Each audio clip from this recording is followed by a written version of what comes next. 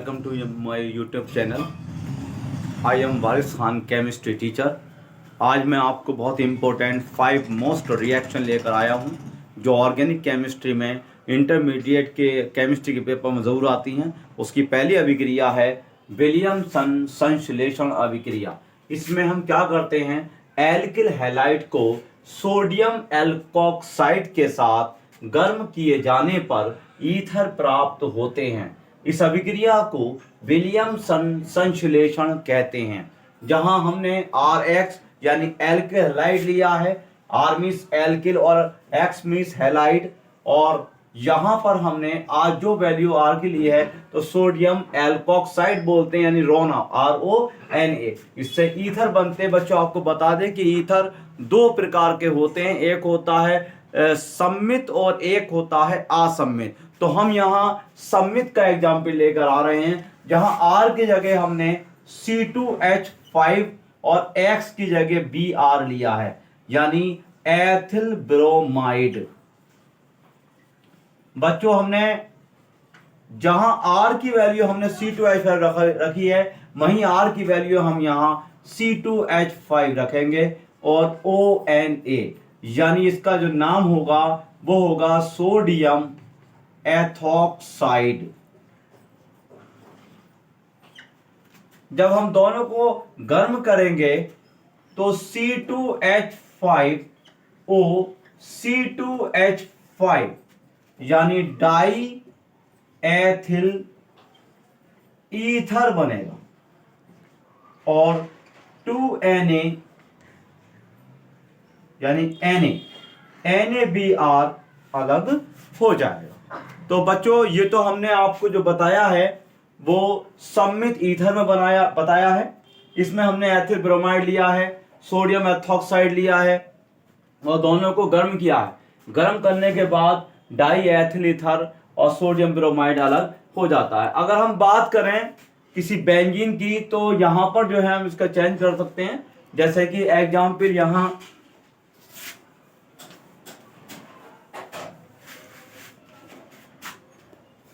यहाँ देखिएगा, थोड़ा चेंज हो जाएगा। जो बहुत आता है बेटे एनिसॉल बनता है इसमें। तो इसमें हम जो है यहां लेते हैं सोडियम फिनॉक्साइड और यहां ले लेते हैं मैथिल क्लोराइड, ले सकते हैं ब्रोमाइड भी ले सकते हैं, और दोनों को हीट कर रहे हैं। ये जो है आपका सोडियम फिनॉक्साइड है। ये फिनॉक्साइड जो होता है ये फिनॉल का सोडियम साल्ट कहलाता है। जब हम इसे रिएक्शन कराते हैं तो रिएक्शन कराने पर जो CH3 है वो यहां पहुंच जाता है, यानी OCH3 हो जाता है, और बाकी सोडियम क्लोराइड लेस हो जाता है, जिसे हम एनिसॉल कहते हैं। एनिसॉल यानी एक नाम और है इसका मैथॉक्सी बेंजीन। इंटरमीडिएट में पिछले वर्ष ये क्वेश्चन आ चुका है। एनिसॉल बनाने का मेथड आया है। ये मैथिल क्लोराइड है, मैथिल क्लोराइड। तो यहां हमने थोड़ा चेंज कर दिया है। तो यहां जैसे कि सोडियम फिनॉक्साइड यानी बेंजीन के ऊपर ONA लगा है, और RX में हमने मैथिल क्लोराइड लिया है। जब हम इसे हीट करते हैं तो क्या होता है, यहाँ का सोडियम और क्लोराइड, यहाँ का Na और यहाँ का Cl आउट हो जाता है, बाहर निकल जाता है। बाकी जो ऑक्सीजन है वो यहाँ रह जाता है, और CH का नाम है एनिसॉल। कॉमन नेम जो है इसका एनिसॉल है, और IUPAC नेम जो होता है इसका मेथॉक्सी बेंजीन होता है। देखिए बच्चों, दूसरी अभिक्रिया है हुंस-डीकर अभिक्रिया। हुंस-डीकर अभिक्रिया जब किसी बसीय अम्ल के सिल्वर लवण को CCl4 यानी कार्बन टेट्राक्लोराइड की उपस्थिति में ब्रोमीन यानी Br2 के साथ गर्म करते हैं तो एक ऐसे ब्रोमो एल्केन का निर्माण होता है जिसमें बसीय अम्ल की तुलना में एक कार्बन परमाणु यानी एक कार्बन एटम कम होता है। यह अभिक्रिया हुंस डीकर अभिक्रिया कहलाती है। देखिए बच्चों, ये R जो है कोई भी एल्काइल ग्रुप है, यहां पर CH2 सिंगल बॉन्ड COOH, बस ये अम्ल का सिल्वर लवण है, यानी इस अभिक्रिया का ये एक फार्मूला है। और ब्रोमीन यानी Br2 है। जब हम CCl4 की प्रेजेंट में हम इसे हीट करते हैं यानी गर्म करते हैं, तो क्या होता है, यहां का ब्रोमीन जो है वो Ag के साथ चला जाता है, AgBr, और यहां का R और CH2 सिंगल बॉन्ड Br ये ब्रोमो एल्केन में बदल जाता है, जबकि COO में कन्वर्ट हो जाता है, बदल जाता है। तो देखिए इसमें होता क्या है कि यहां पर आपके कार्बन 2 दिखाई दे रहे हैं, लेकिन यहां पर कार्बन देखो 1 है, यानी ब्रोमो एल्केन। एक कार्बन परमाणु यहां की तुलना में कम है। यही अभिक्रिया दर्शा रही है कि एक ऐसे ब्रोमो एल्केन बनता है जहां पर अगर हम किसी भी अभिकारक में लेते हैं तो वहां कार्बन परमाणु संख्या जितनी होगी वहां से एक कार्बन परमाणु कम होगा।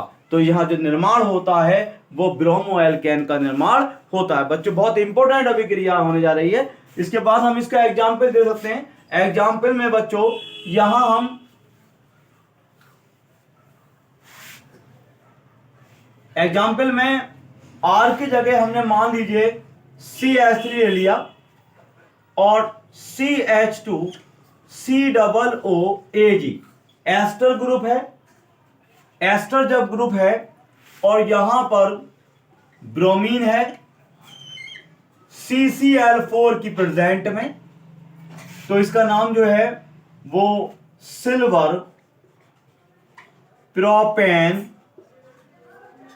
O8, ये सिल्वर प्रोपेन O8 है, यानी कि 3 कार्बन है।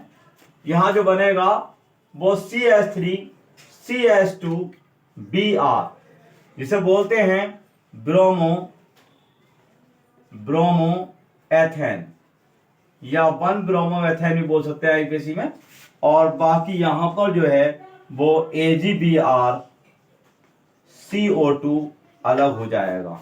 तो बच्चों देखिए एग्जाम्पल, यहां हमने R की जगह CH3 लिया है, यानी मेथाइल ग्रुप है, तो इसका पूरे कंपाउंड का नाम जो है वो सिल्वर प्रोपेन O8 है, जो ब्रोमीन के साथ रिएक्शन करके CCl4 की प्रेजेंट में यानी कि कार्बन टेट्राक्लोराइड की उपस्थिति में गर्म होने पर 1 ब्रोमो एथेन बोल सकते हैं, या 1 ब्रोमो एथेन भी बोला जा सकता है, AgBr और CO2 के रूप में अलग हो जाएगा।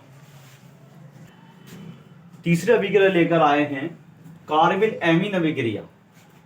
जब क्लोरोफॉर्म की कुछ बूंदों को प्राथमिक एमीन यानी जिसमें NH2 ग्रुप लगा होता है, एलिफेटिक या एरोमेटिक, यानी कि ये एलिफेटिक में हो जाती है। बच्चों आप जानते हैं जब आपने ऑर्गेनिक कंपाउंड्स का क्लासिफिकेशन किया था, टू टाइप्स के कंपाउंड होते हैं, एक होता है एलिफेटिक और एक होता है एरोमेटिक। एलिफेटिक जो होता है वो ओपन चेन कंपाउंड कहलाते हैं ना, खुली श्रृंखला के कंपाउंड कहलाते हैं, और जो एरोमेटिक है वो क्लोज चेन बंद श्रृंखला कहलाते हैं, जिसमें बेंजीन वगैरह आता है।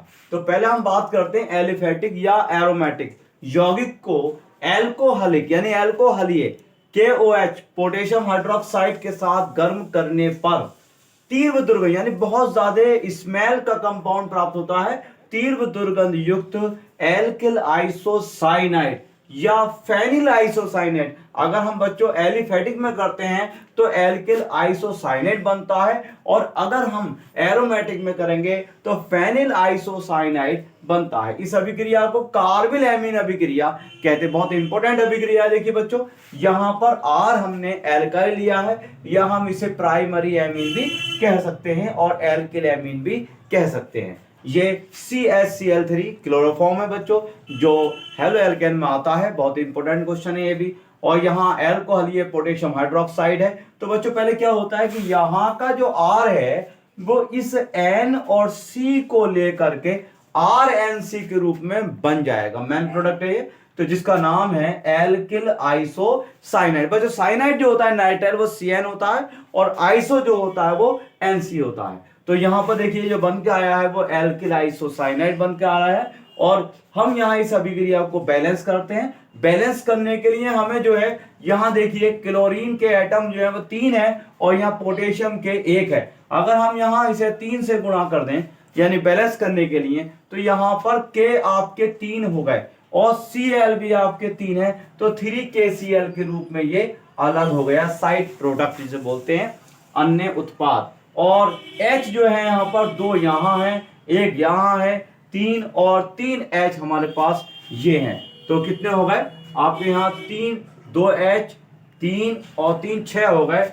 6 में हम इसे 3 से गुणा कर सकते हैं, तो 3H2 और ऑक्सीजन को देखते हैं तो यहाँ पर भी 3 आपके ऑक्सीजन बराबर हो रहे हैं, यानी कि आपकी जो अभिक्रिया है वो बैलेंस है, संतुलित है। तो इसमें जो हमने लिया है वो प्राइमरी एमीन लिया है और क्लोरोफॉर्म, यानी कि इस अभिक्रिया का ये एक जनरली फार्मूला है और हम इससे रिएक्शन बना सकते हैं। रिएक्शन बनाने के लिए हम क्या करते हैं बच्चों, रिएक्शन बनाने के लिए हमने जैसे मान लीजिए यहां जो है R की जगह हम एथिल ले सकते हैं, मैथिल ले सकते हैं, प्रोपिल ले सकते हैं। तो सपोज कीजिए हमने यहां पर आपको ये एथिल ले लिया, तो C2H5NH2 जिसका नाम है एथिल एमीन, एथिल एमीन कहते हैं इसे। और इसकी रिएक्शन हमने क्लोरोफॉर्म के साथ CHCl3 और एल्कोहल ये पोटेशियम हाइड्रोक्साइड, गर्म करने पर क्या होता है, जहां R हमने एथिल लिया है वहां C2H5 को निकाल लीजिएगा, C2H5NC जिसका नाम है एथिल आइसोसाइनाइड, एथिल आइसोसाइनाइड। कहां से आया बच्चों, दोबारा बता दें, C2H5 यहां का, N यहां का और C यहां का, यानी एथिल आइसोसाइनाइड हो गया। बाकी बैलेंस करने के लिए मैंने बताया आपको बच्चों, यहां 3 से गुणा कर लीजिएगा तो 3KCl और 3H2O लेस हो जाएगा। दोबारा बता देते हैं बच्चों, यहां पर जो है वो K आपके 3 है, 3K है यहाँ पर, और यहाँ पर आपका 3Cl है, KCl3 नहीं बन सकता, KCl बनता है। तो यहाँ पर हम पोटेशियम क्लोराइड को अलग कर देते हैं और 3H और 2H ये 5 और 1H ये 3H2 यानी वाटर ग्रुप में बाहर हो जाता है। अब एग्जाम्पल अगर हम करना चाहें बेंजीन में, तो बेंजीन में देखते हैं बच्चों एरोमेटिक कंपाउंड्स में। तो एरोमेटिक कंपाउंड्स में हम देखते हैं कि यहाँ पर हमने जो है बेंजीन लिया है, ये बेंजीन है और इसके ऊपर NH2 लगा दीजिएगा, यानी एरोमेटिक प्राइमरी एमीन है जिसे हम बोलते हैं एनिलीन। इसका कॉमन नेम है बच्चों ये एनिलीन के नाम से जाना जाता है। और यहाँ हम ले रहे हैं क्लोरोफॉर्म, बिल्कुल सेम वही रिएक्शन है। और यहाँ पर जो है हम एल्कोहल ये पोटेशियम हाइड्रोक्साइड ले रहे हैं, हिट करने पर देखिएगा बिल्कुल सेम वही, जैसे मैं एल्किल आइसोसाइनाइड बनाता हूं, यहाँ पर फेनिल आइसोसाइनाइड बनेगा। ये N इसको C को लेके चला जाएगा, यानी यहां जो हो जाएगा वो NC हो जाएगा। और बिल्कुल सेम वही है तरीका, 3KCl और 3H2O बाहर हो जाएगा बच्चों। तो इसका नाम जो है ये फेनिल आएगा, फेनिल, क्योंकि बेंजीन को फेनिल भी जोड़ा जाता है कहीं कहीं, फेनिल आइसोसाइनाइड। ये रिएक्शन बैलेंस है पूरी। तो आज बच्चों हमने ये जो तीसरी बहुत इंपॉर्टेंट रिएक्शन यानी कार्बिल एमीन रिएक्शन कराई है, इसे दोबारा आप अच्छी तरह से करिएगा। चौथी अभिक्रिया जो बहुत मोस्ट इंपॉर्टेंट अभिक्रिया है यानी हाफमैन ब्रोमाइड अभिक्रिया। बच्चों इसे जरा गौर से देखिएगा, बहुत इंपॉर्टेंट अभिक्रिया है। यहाँ पर एमाइड, आप जानते हो जब आपने आईपीसी की होगी तो उसमें 10 ग्रुप पढ़ाए होंगे, तो उसमें जो आता है वो एमाइड ग्रुप आता है, यानी हाइफन CONH2 समूह युक्त कोई भी यौगिक हो सकता है, यानी एलिफेटिक भी हो सकता है और एरोमेटिक भी हो सकता है। यौगिक को ब्रोमीन तथा कास्टिक पोटाश यानी KOH के साथ अभिक्रिया कराने पर प्राथमिक एमीन यानी प्राइमरी एमीन बनता है। इस अभिक्रिया को हाफमैन ब्रोमाइड अभिक्रिया कहते हैं। देखिए बच्चों, R की जगह हमने R एक एल्काइल ग्रुप ले लिया, R सिंगल बॉन्ड CONH2 जिसे हम बोलते हैं एल्किल एमाइड, और ब्रोमीन यानी Br2 और कास्टिक पोटाश यानी पोटेशियम हाइड्रोक्साइड KOH। तो क्या होता है बच्चों, पहले इस रिएक्शन के जो फार्मूला है इससे आप कोई भी अभिक्रिया बना सकते हैं, चाहे वो एलिफेटिक हो या एरोमेटिक हो या मैथिल एमीन से करा सकते हैं या एथिल एमीन से बना करा सकते हैं या प्रोपिल एमीन से भी करा सकते हैं। देखिए बच्चों यहाँ पर जो है वो आपका R है, R इनमें से N और H2 को बाहर हो जाएगा यानी प्राइमरी एमीन यानी प्राथमिक एमीन बन जाएगा। साइड प्रोडक्ट जो है आपके वो देखिए यहां देखना है बहुत इंपॉर्टेंट तरीके से। यहां देखते हैं कि आपका K यहां 1 है और Br यहां पर 2 है। तो पहली बात तो ये कि पोटेशियम ब्रोमाइड बनेगा, तो यहां KBr और यहां Br 2 है, तो पहले 2 से गुणा कर लेते हैं यानी कि पोटेशियम यहां पर 2 हो गए और 2 ब्रोमाइड हो गए। दूसरी बात ये आती है निकल के कि यहां पर अगर 2 पूरे रहते तो यहां और क्या होता है कि पोटेशियम जो है वो C से रिएक्शन करके पोटेशियम कार्बोनेट बनाएगा बच्चों। पोटेशियम कार्बोनेट बहुत इंपॉर्टेंट है। यहां पर देखिए अगर मैं यहां 4 से गुणा कर दूं तो 4 से गुणा होने पर K आपके 4 हो गए, जिसमें 2 जो है पोटेशियम ब्रोमाइड के रूप में बाहर निकल गए और 2 जो है पोटेशियम कार्बोनेट के रूप में बाहर हो गए। अब बच्चों देखते हैं कि जब K आपके पूरे हो गए, ब्रोमीन भी पूरे हो गए, तो हम पहचान करते हैं कि यहाँ ऑक्सीजन कितने हैं। तो ऑक्सीजन यहाँ पर 1 तो ये है और 4 आपके ये हैं, यानी 5 ऑक्सीजन है। 5 ऑक्सीजन में क्या करते हैं कि पहले तो 3 तो ये हो गए और 2 को हम बाहर रख देते हैं, अभी देख लेंगे इसे। उसके बाद देखते हैं H आपके पास जो है वो 4 है, यानी 4H को हम 2H2 के रूप में बाहर कर देंगे। तो यहाँ पर साइड प्रोडक्ट जो है बच्चों ये इतनी इंपॉर्टेंट अभिक्रिया है कि अगर आप आगे कैसे प्राप्त करने वाले क्वेश्चन में अगर देखेंगे कि जैसे एथिल अल्कोहल से मैथिल अल्कोहल, तो वहां पर यही अभिक्रिया यूज होगी। इसी अभिक्रिया में देखिएगा कि साइड प्रोडक्ट जो निकल के आए हैं यानी कि अन्य उत्पाद जो निकले हैं वो पोटेशियम ब्रोमाइड है, पोटेशियम कार्बोनेट है और 2H2 है, जल का अणु है, और बाकी प्राइमरी एमीन अलग हो गए। देख लीजिए फार्मूले को। उसके बाद आता है कि इसका हम एग्जाम्पल कैसे करेंगे। तो एग्जाम्पल करने के लिए हम बच्चों क्या करते हैं, सबसे पहले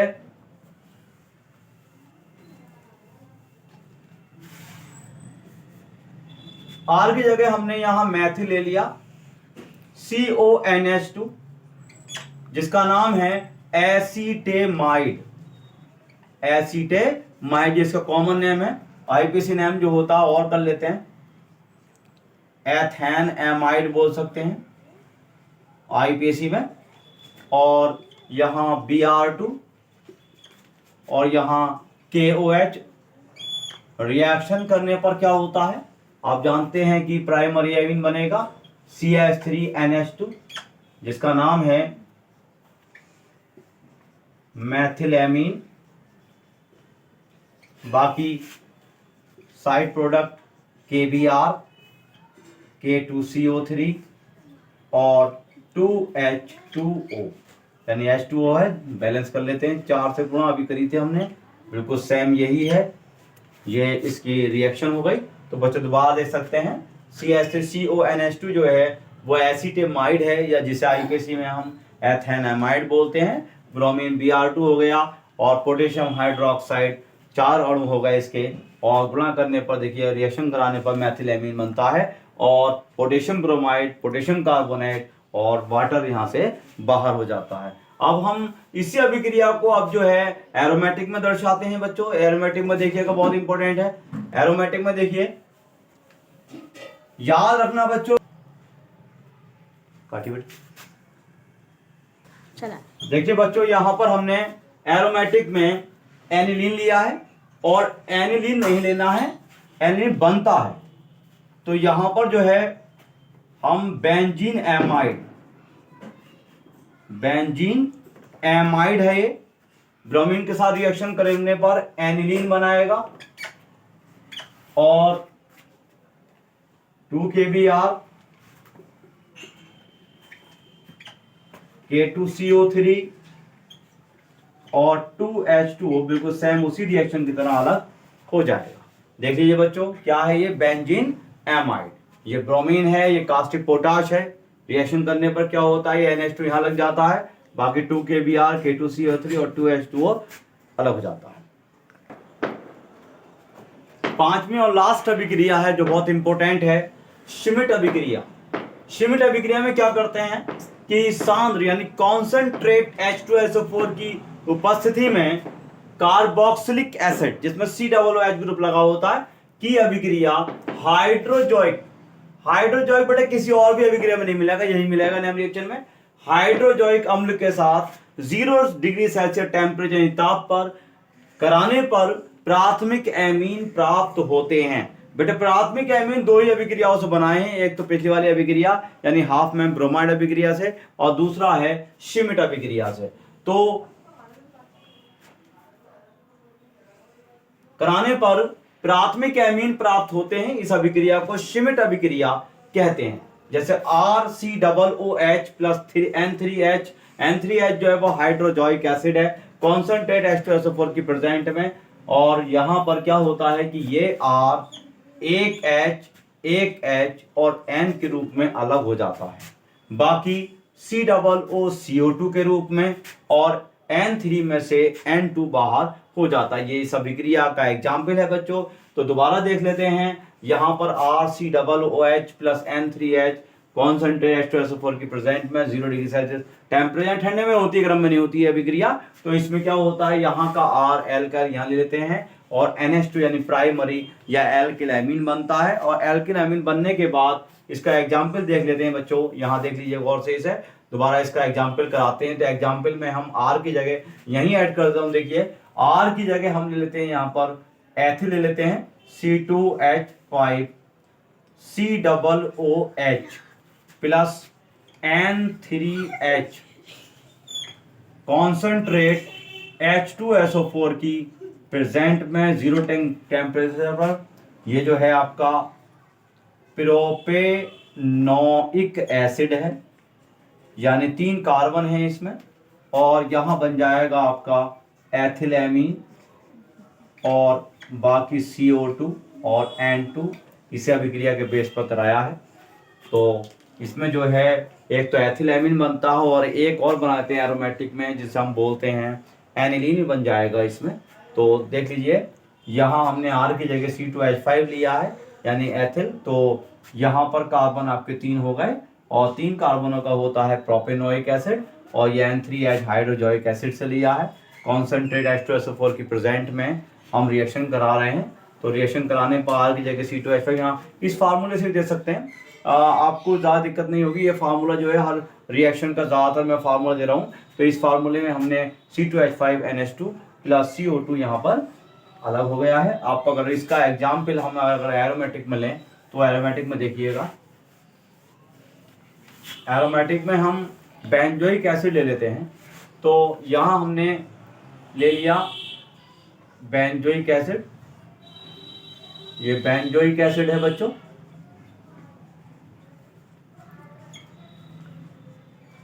इसकी रिएक्शन वही हाइड्रोजोइक एसिड के साथ में कॉन्सेंट्रेट H2SO4 की प्रेजेंट में, ये सल्फ्यूरिक एसिड है प्रेजेंट में रहता है बेटा। क्या होता है बच्चों देखिएगा कि ये बेंजीन आ गया और यहाँ का N और 2 H यहाँ लग जाएंगे यानी प्राइमरी एरोमेटिक एमीन बन जाएगा, इसे बोलते हैं एनिलीन।